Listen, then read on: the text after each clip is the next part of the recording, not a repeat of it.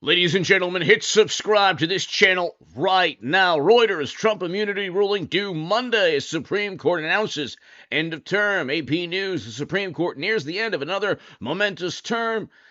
A decision on Trump immunity looms. Washington Post.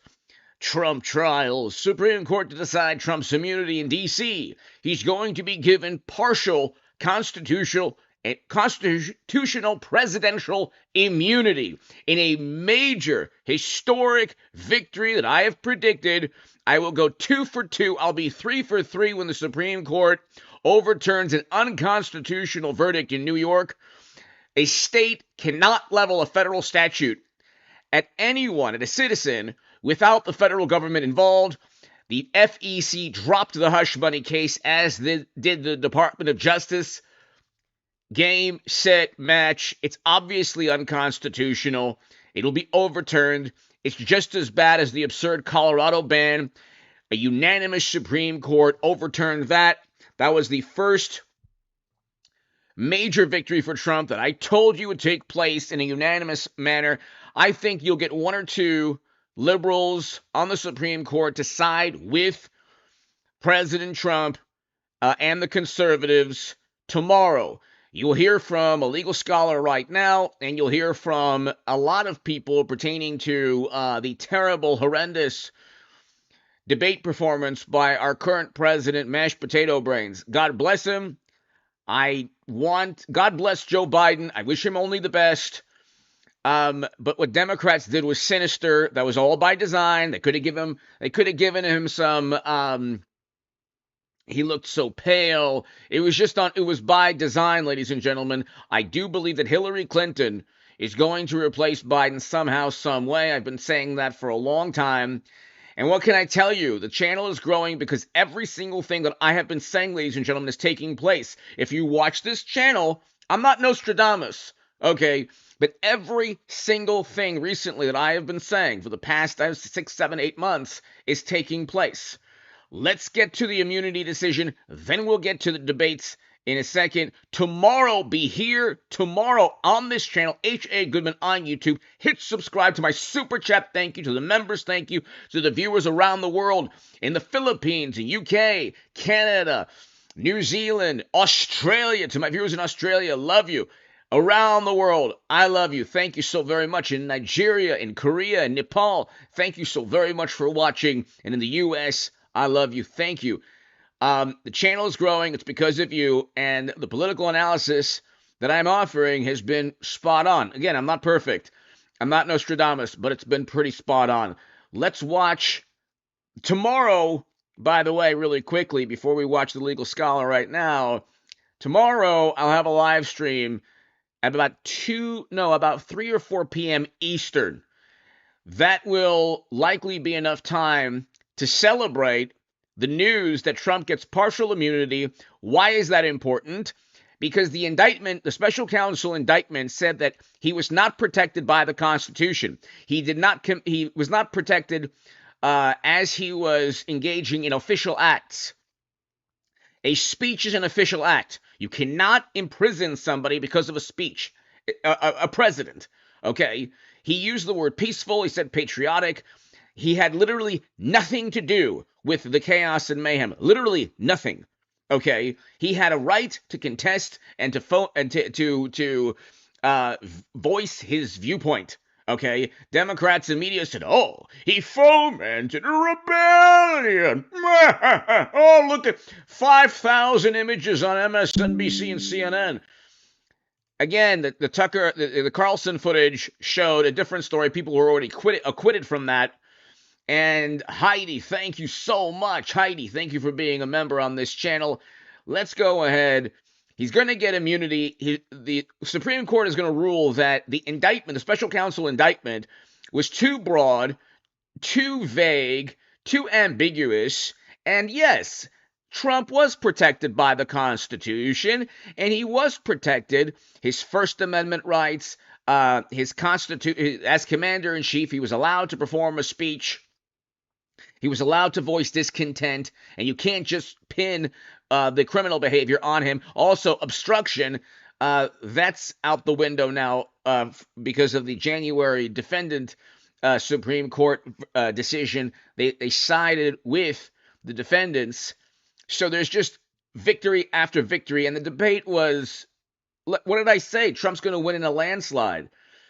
And that's going to happen too. Anyway, hit subscribe to this channel if you're new. We're almost at 260,000 subscribers. I pray to God we get to 300,000 subs before November 5th, and then we'll have, an epic, amazing, awesome celebration. You'd have to be a complete imbecile not to vote for any. You'd have to be a fool or a buffoon to vote for anyone but Trump. And I love RFK Jr., by the way, but not this year. Trump is the only person who could save this country from numerous national security and domestic security issues. Let's continue, ladies and gentlemen. The Supreme Court of the United States is saving the biggest and potentially the best for last. That decision to wrap up its term on whether a former president can be granted immunity from criminal prosecution. Donald Trump and his defense team looking for that. Could it happen on Monday? Could we get that?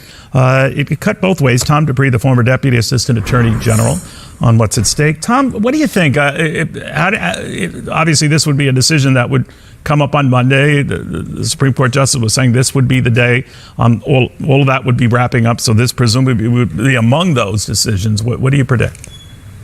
I think we will see the immunity decision on Monday morning. The Supreme Court, as you know, typically back ends its most important decisions. These are the complicated cases. These are cases that often produce dissenting opinions, which of course takes more time to draft and to release. But I think Monday is the day that we've all been waiting for. And I do think the Supreme Court is going to recognize some form of presidential immunity. I'm not sure they're going to go 100% of. I've been saying this for about 5-6 months. Huge, monumental, historic victory for Trump. And the Democrats are going to, and media's going to call him a king. He's a monarch. The distance that Trump wants them to go, but I think they are going to reverse the lower court, and I think they will recognize meaningful presidential immunity. Even an adjustment in that, and not a black and white decision, not 100% one way, 100% the other way. At the very least, it could delay, if not cancel, some of these cases against Donald Trump, couldn't it? That's exactly right. I mean, if you look at the D.C. case alone, I think whatever the Supreme Court decides is going to take some further homework by the district judge. I think she is going to have to parse the allegations in Jack Smith's indictment and figure out which allegations are subject to whatever immunity the Supreme Court recognizes and which aren't. That's not something that can be done overnight. And when you think about how long it's going to take for her to do that, and then how long it would take the parties to actually prepare for a trial, I don't see any way that this case gets tried before the election. So that would involve even. Trump wins, and he will, like I said, he will, and he dissolves the special counsel because the special counsel is part of the executive branch, and the president leads the executive branch. Typically, normally, this president, obviously, the one currently, mashed potato brains, does not, but Trump will, and he dissolves the special counsel. The special counsel is part of the executive branch. He could have fired Mueller, which he really should have done. That would have been very interesting, but he then starts special counsels against, people who might have committed crimes. Even a decision not friendly to the former president. So a delay is something that, of course, the Trump defense team has, perfected. And I'm just wondering, so even a blanket decision that doesn't go the former president's way would be deemed a victory if you want to argue, push it all back.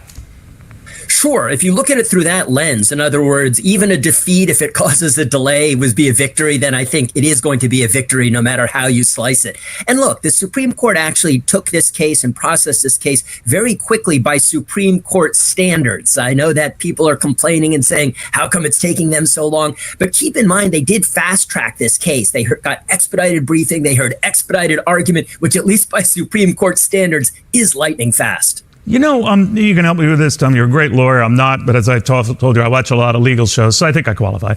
But one thing I noticed, and maybe with Chief Justice John Roberts, that he tried. I can't stand when people say, I'm not a lawyer. You don't have to be a lawyer to have common sense. Okay, if it's even lawyers, if you're a lawyer, if you practice family law, you still, and you need a tax attorney, you're going to get a lawyer who specializes in the tax code.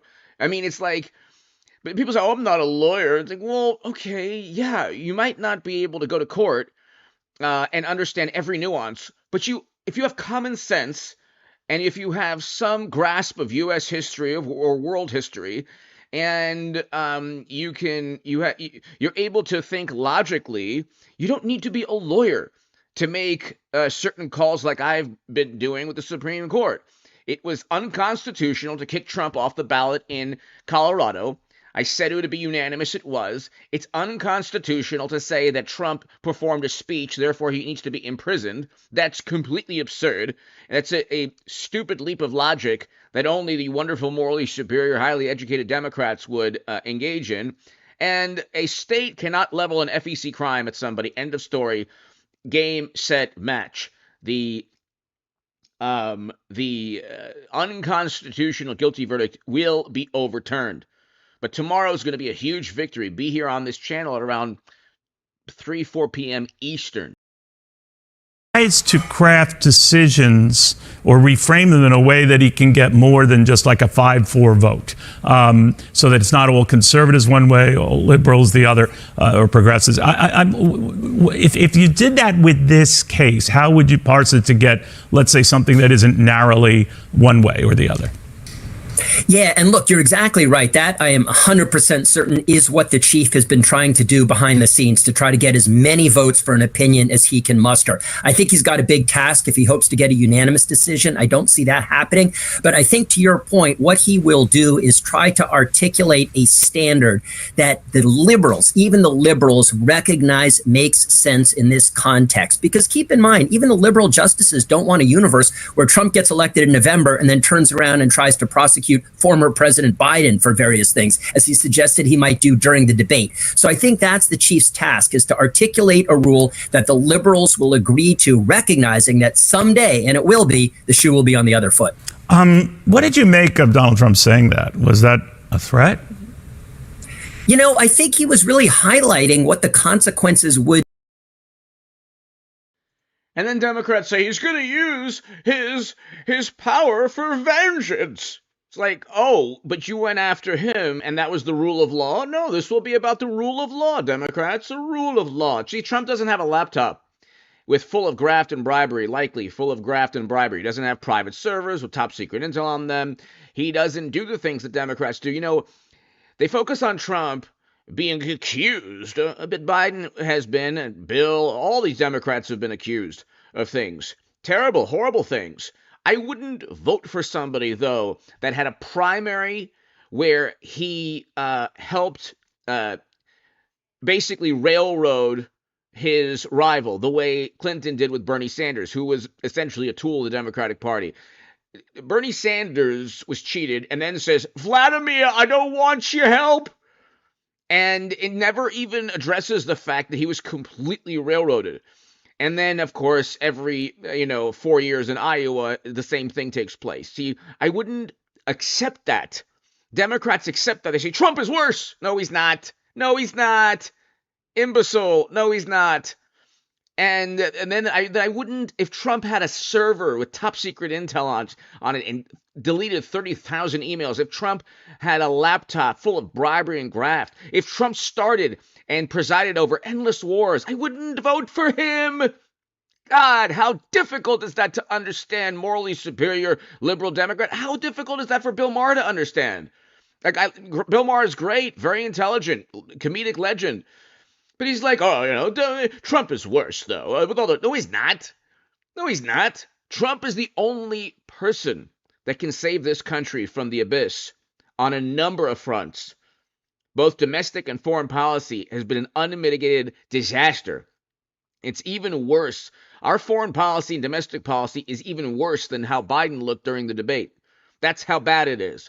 But anyway, let's continue.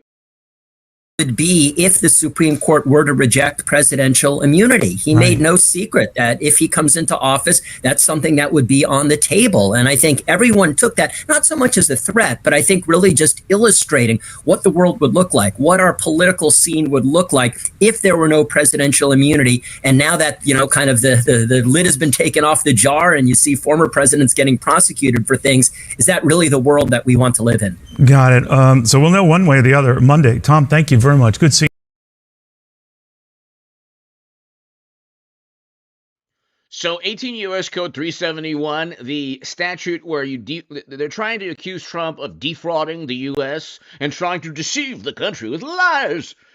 And so it's a vague, broad, ambiguous statute where you have to show intent. So there were government officials I've written in the Federalist who should have been charged under that statute. They wanted to go after Trump and set up Trump, but even then, intent is difficult to prove. So they have to prove also the D.C. case where he intentionally tried to deceive the country. None of it is true. He still believes that they did a Bernie Sanders against him, and most of the country does now also. Don't tell me morally superior, highly educated liberal Democrats that the person you saw in the debate opposite Trump was the most popular candidate of all time. Okay, the cognitive dissonance I know is very difficult, but if a political party like the DNC, they don't even have rules. They were taken to court, and in a court filing, they said, look, Democrats can, in smoke-filled back rooms, choose their own candidate. That's why I think Hillary, they said, the delegates, so Biden has the delegate. The delegates are about political, it's a machine. You think they really love the current president because, he's done such a great job? No. They can be swayed very easily. I think the Clintons have very good political acumen and very persuasive in terms of political influence. And you saw what took place with Bernie Sanders. It's the same thing. Biden is just simply another Bernie Sanders. The political machine, I think that Bill and Hillary still are very influential, especially Hillary Clinton, within the Democratic Party. She's still all over the news, and somehow, some way, if she looks at what Biden has done, she saw Fetterman become senator. She's far more eloquent than Biden, and, terrible foreign policy also helped destroy Libya along with President Obama and Biden. But you can go through a litany of scandals, servers with top secret intelligence, highly illegal and impossible to do from a cybersecurity perspective. But of course, no reasonable prosecutor would indict. And so maybe, that's completely absurd. But anyway, Hillary Clinton has a built-in voting base. Also, the far left, they're basically AI robots. They will vote for anyone the Democrats put in front of them. So liberal Democrats, the far left, communists, socialists, hilarious millionaire socialists who, pretend to be against the system but are, literally the system, they will all vote for Hillary Clinton. Clinton is the only Democrat.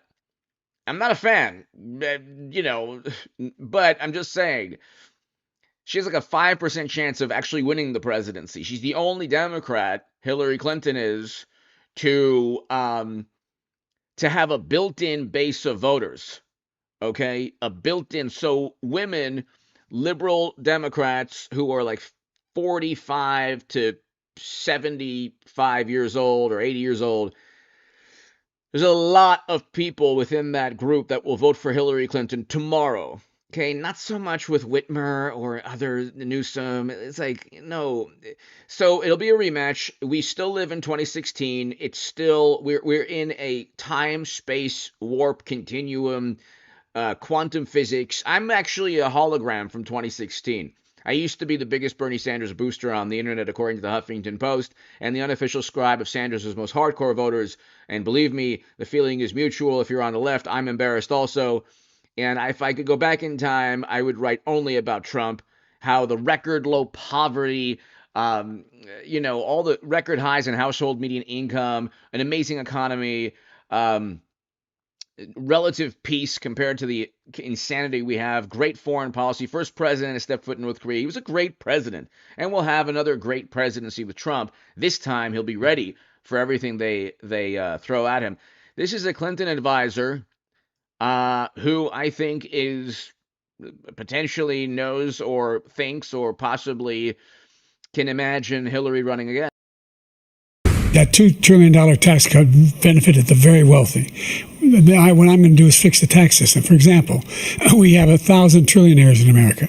Billionaires in America. If they just paid 24% or 25%, either one of those numbers, they'd raise $500 million, billion dollars, I should say, making sure. You tax billionaires that high an amount, just like the $20 minimum wage, they're going to find ways to cut their workforce, to stop investing. The average Joe, the average American, men and women, especially the quote-unquote working class that Democrats and the far left love to care about, but really they don't, because the working class was doing far better under Trump. If you tax billionaires that much, they're going to find a way to lay off a whole lot of people. But let's continue. Sure that we're able to make every single solitary person eligible for what I've been able to do with the with the COVID. Excuse me, with dealing with everything we have to do with. Look, if we finally beat Medicare. Thank you, President Biden. And I'm. So God bless Joe Biden. I am not like a morally superior, highly educated liberal Democrat frothing at the mouth with venom and vitriol, just mean. You know, they say that Trump, he's so boorish, and nobody is more willing to disown friends and family than liberal Democrats. Nobody is more vicious and mean online than wonderful, morally superior liberal Democrats. When Trump's brother passed away, Twitter, run by wonderful liberal Democrats at that point before Elon Musk, had hashtag wrong Trump trending. Nobody is more vicious, mean, vile than the wonderful, highly educated, morally superior liberal Democrats who are very, very educated and will disown friends and family in a heartbeat because of Trump, and who never surround themselves with anyone who disagrees with them because they get this apoplectic reaction, hyperventilating, and they just can't stand it. But the entire country saw what we saw. Every Trump, the cult is not the Trump. It's the Democratic Party, where Democrats voted for a person who is experiencing issues. And finally, they got to see it, and then suddenly they just realized, oh, but this is the most popular candidate of all time, by the way. We're going to continue to move until we get the total ban on the total initiative relative to what we're going to do with more Border Patrol and more asylum officers. President Trump? I really don't know what he said at the end of that sentence. I don't think he knows what he said either. Look.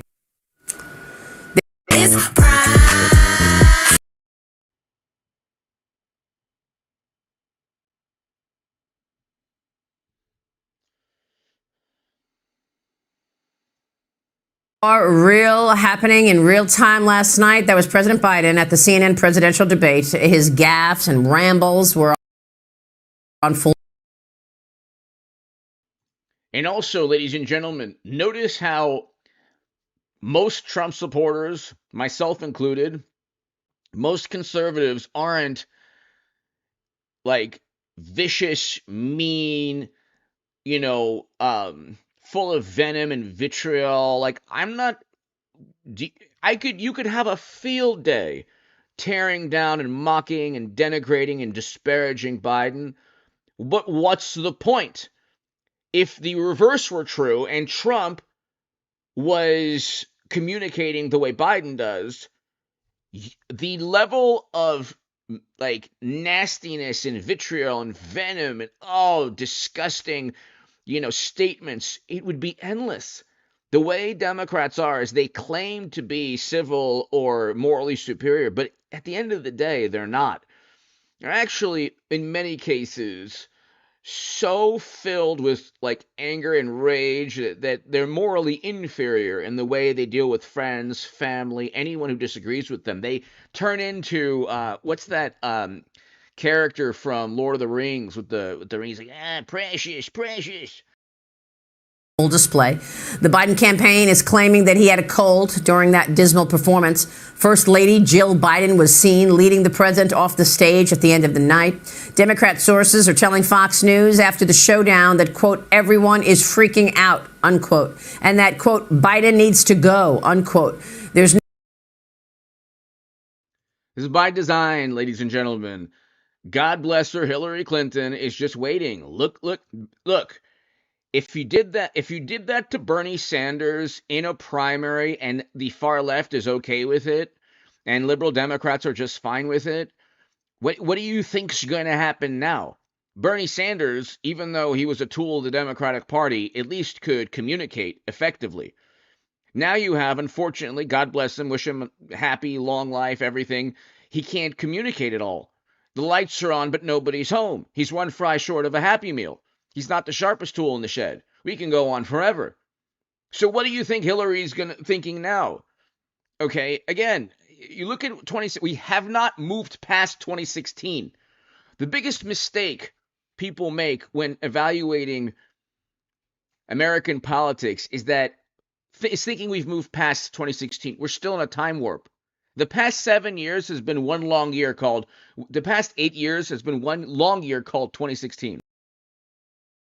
No replacing him, however, unless he agrees. The Trump campaign, meanwhile, declaring victory last night in a statement saying this: President Trump delivered the greatest performance and victory in history.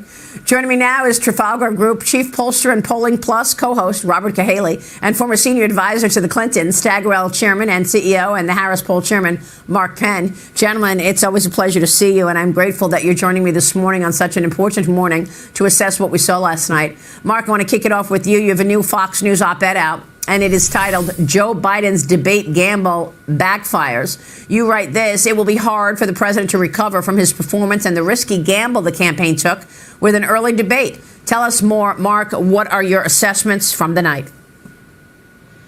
Well, they took a big gamble here, holding this debate before the convention. It was inexplicable in the sense that during the convention, you get to deliver your message on an unfiltered basis in a controlled form, reading a teleprompter, knowing what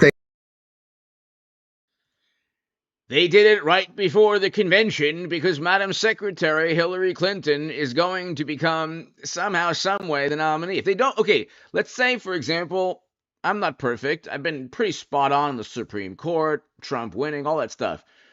Let's say I'm wrong and it's somebody else, Newsom or Whitmer or whatever. Okay. They don't have a built-in voting base. The only chance Democrats have, and they have pretty much zero chance, but the only chance they have is with Hillary Clinton, who, by the way, committed crimes with private servers and top-secret intelligence. It is impossible from a cybersecurity perspective. I'm going to say this very slowly, morally superior liberal Democrats, so you can comprehend this.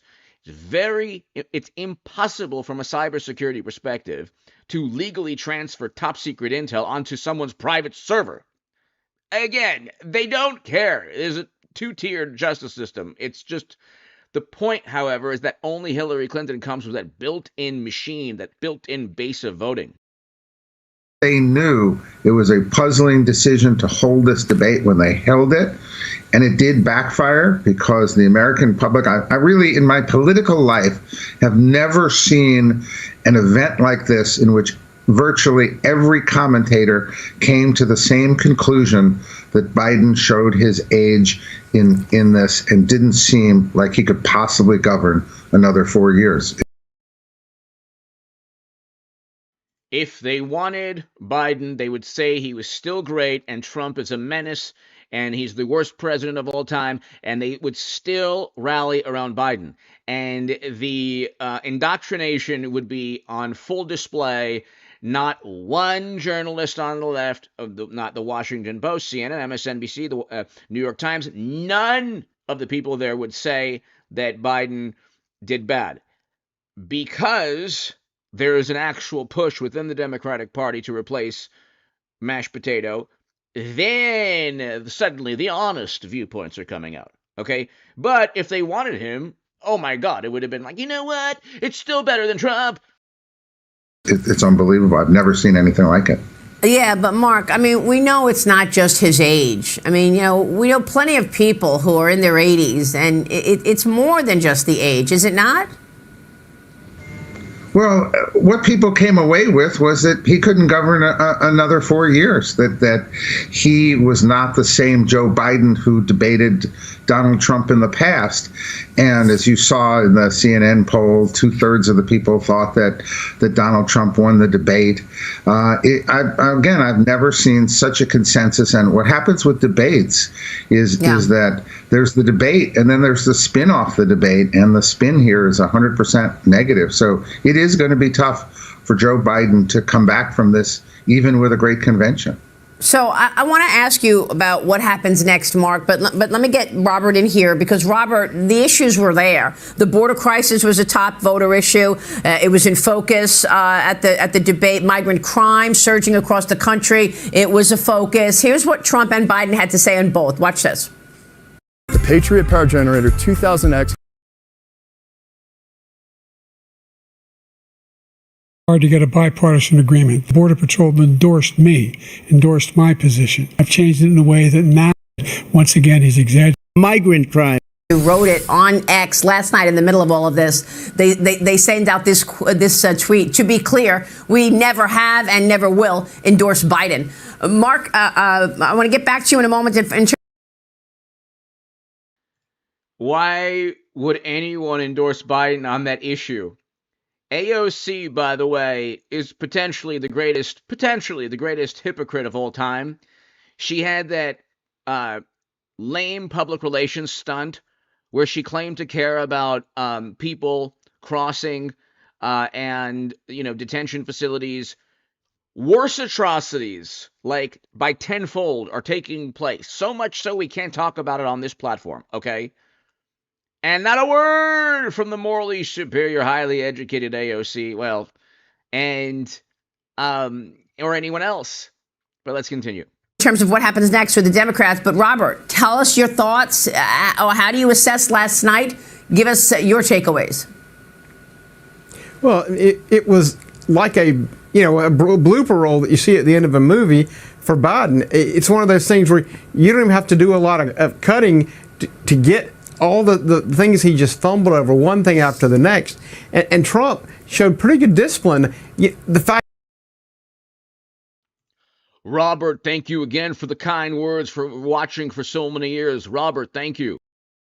That he kept coming back to immigration. He knew it was a weak spot, and kind of like one fighter versus another, he keeps coming back to that same area. He'd make a point in every answer that he could to get back to immigration or to tie whatever's being discussed to immigration. And I thought that required a lot more focus and discipline than we've seen in previous debates from Trump.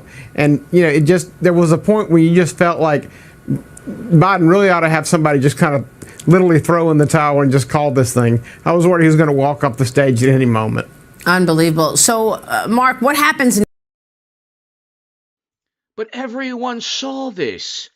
This was something we all saw. Everyone saw this for 4 years. I was watching Patrick Bet-David a couple weeks back. I watch him, Tim Pool, Sticks, X, and Hammer all the time. And there was it was a year ago or so, a liberal pundit with like 1 million plus subs. And I'm not going to start any beef because it's like no need for that. But the liberal pundit said, I've spoken to professionals, and they said that Biden's, communication style is linked to his age, but Trump has the real issues. And it's like, that of course was a lie. And that, of course, was cognitive dissonance. And now I wonder what the wonderful professionals think after the debate performance. Okay, the entire planet. And then he said, we're finally respected with Biden. You think that the adversaries of this country look at the current commander-in-chief and they say, we are so worried about, we're so concerned with the leadership and what will happen if we act in a certain manner. No, Everyone has seen this. Every Trump supporter has seen this. The cult is not Trump supporters. It's the Democratic Party that voted for a man, and God bless him, this was a sinister thing they did to put him out into a debate. Because it's the first time most Democrats actually heard him speak. He doesn't do press conferences. At least Trump did.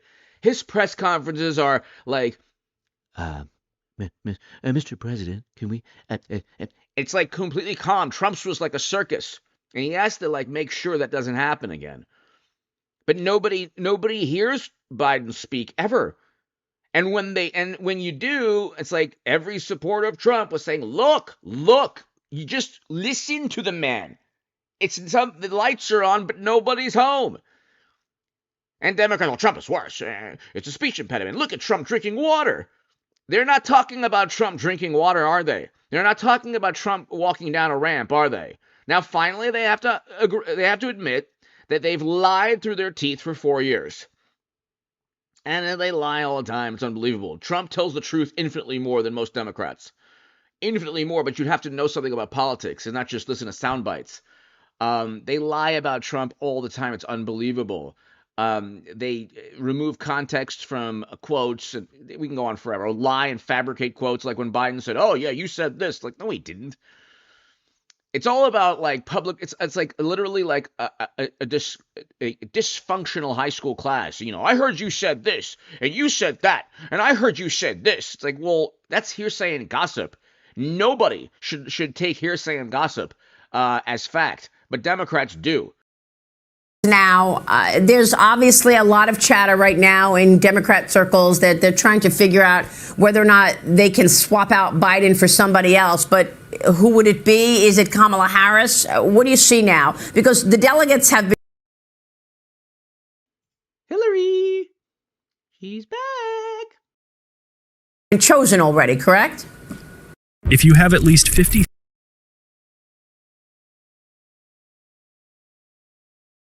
Yeah, the delegates are in place, and those delegates are loyal to President Biden. And so, you know, there is a lot of speculation about change. With all due respect to this Democratic, very respected Democratic strategist, the delegates are not loyal to anyone. The delegates will do exactly what's best for the political party will tell the delegates to do whatever is best for the machine.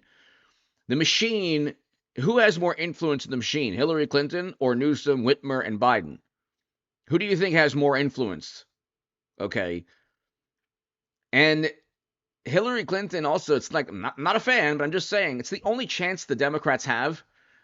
They've been an unmitigated, unparalleled, catastrophic disaster in terms of politics and governance.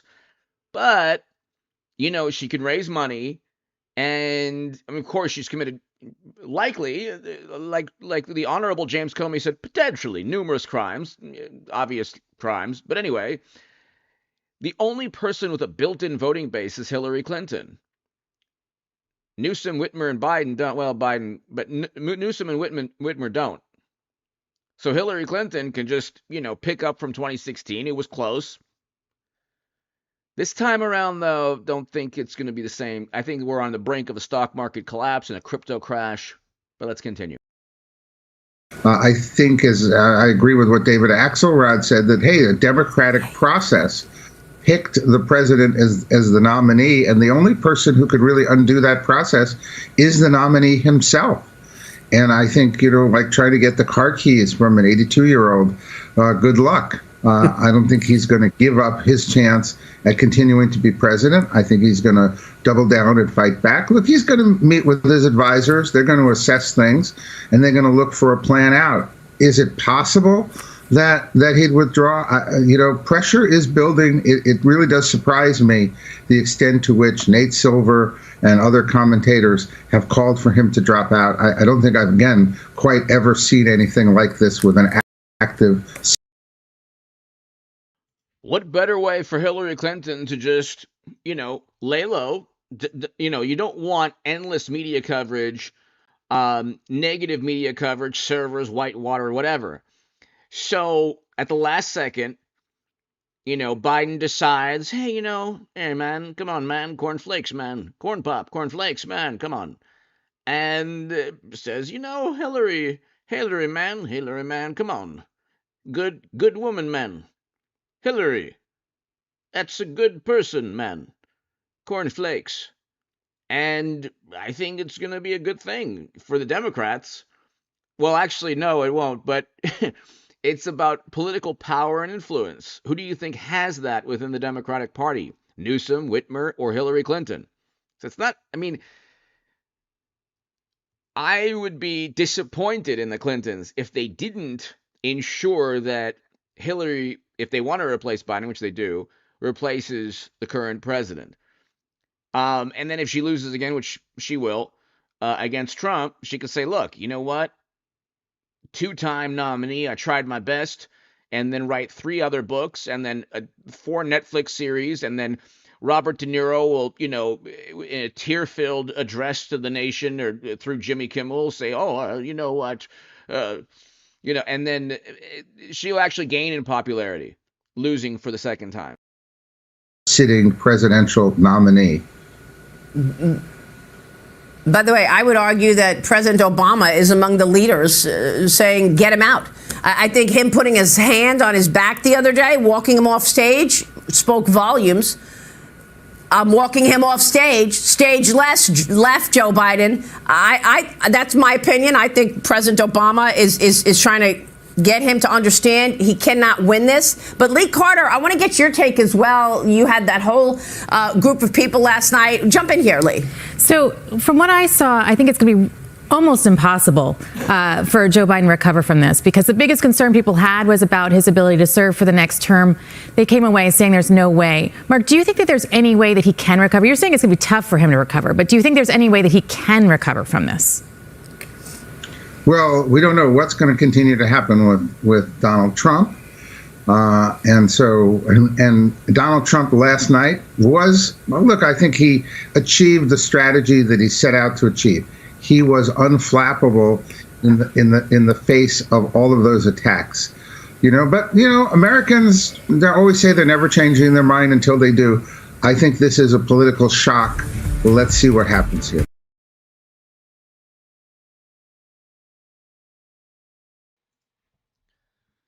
Look, I was a lifelong Democrat. I know how they work. Okay, Democrats, modern day Democrats, maybe they govern through public relations. They govern through a PR monstrosity.